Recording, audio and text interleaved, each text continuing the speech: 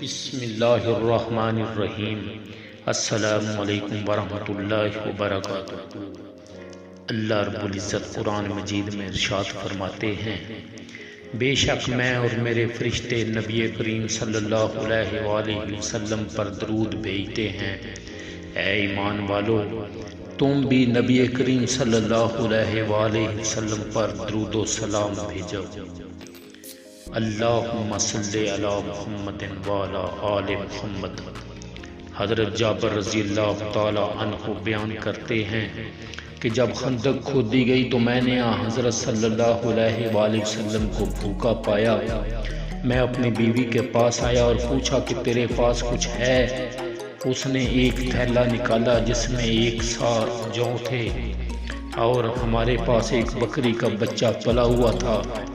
میں نے اسے ذبح کیا اور میری بیوی نے آٹا پیسا۔ میں نے اس کا گوشت کاٹ کر ہانڈی میں ڈالا۔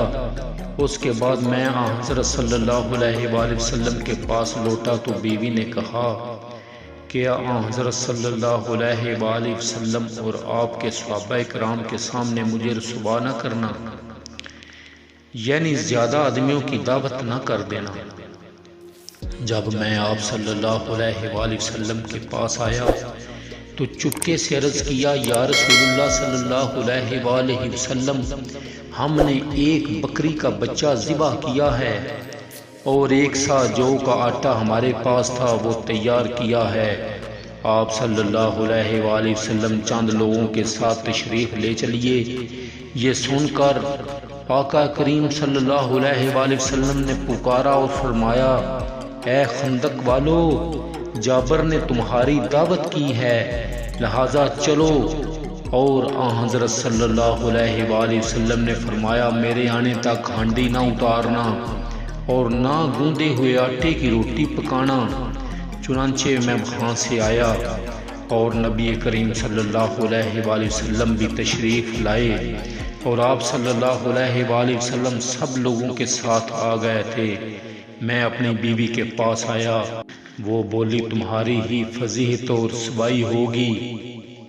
میں نے کہا، میں نے وہی کیا جو تو نے کہا تھا۔ بالآخر اس نے گوندا ہوا آٹا نکالا۔ آپ صلی اللہ علیہ وآلہ وسلم نے اس میں لعاب دہن ملا دیا اور برکت کی دعا کی، پھر ہانڈی میں لعاب دہن ملایا۔ اس کے بعد فرمایا، ایک روٹی پکانے والے کو اور بلا لو جو میرے ساتھ روٹی پکائے اور ہانڈی سے سالن نکالو، مگر اس کو اوپر سے نہ اتارنا۔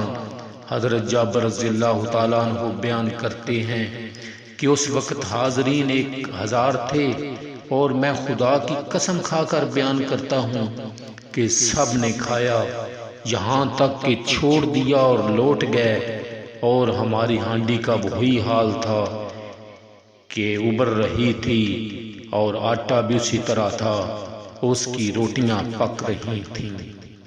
سبحان اللہ! یہ ہے میرے نبی کریم صلی اللہ علیہ وآلہ وسلم کے لعاب دہن میں برکت۔